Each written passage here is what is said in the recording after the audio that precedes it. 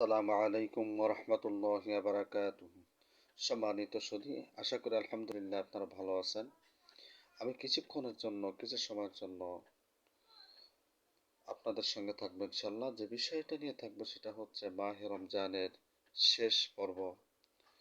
মাহে রমজানের সমাপ্তি পর্বে আমি যে বিষয়টা নিয়ে আলোচনা করব সেটা হচ্ছে সাহরি ও ইফতারি সম্পর্কে।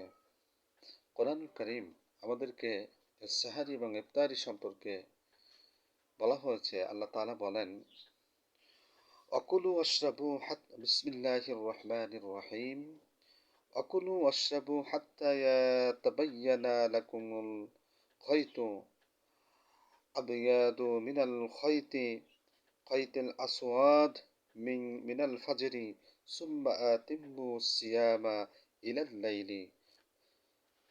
বিসমিল্লাহির রহমানির রহিম أكلوا واشربوا حتى يتبين لكم الخيط أبيض من الخيط أسود من الفجر ثم أتموا الصيام إلى الليل। সূরা বাকারা 187 নম্বর আয়াত। আল্লাহ তাআলা বলেন, আর পানাহার করো, খাও যতক্ষণ কালো রেখা থেকে ভোরের সাদা রেখা পরিষ্কার দেখা না যায়।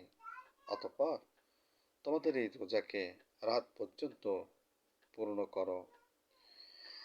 পবিত্র কোরআনুল কারীম রোজার ব্যাপারে মানুষকে কোনো কষ্ট ক্লেশে নিমজ্জিত করেনি। রোজা নির্দিষ্ট একটি সময়ের জন্যই মাত্র।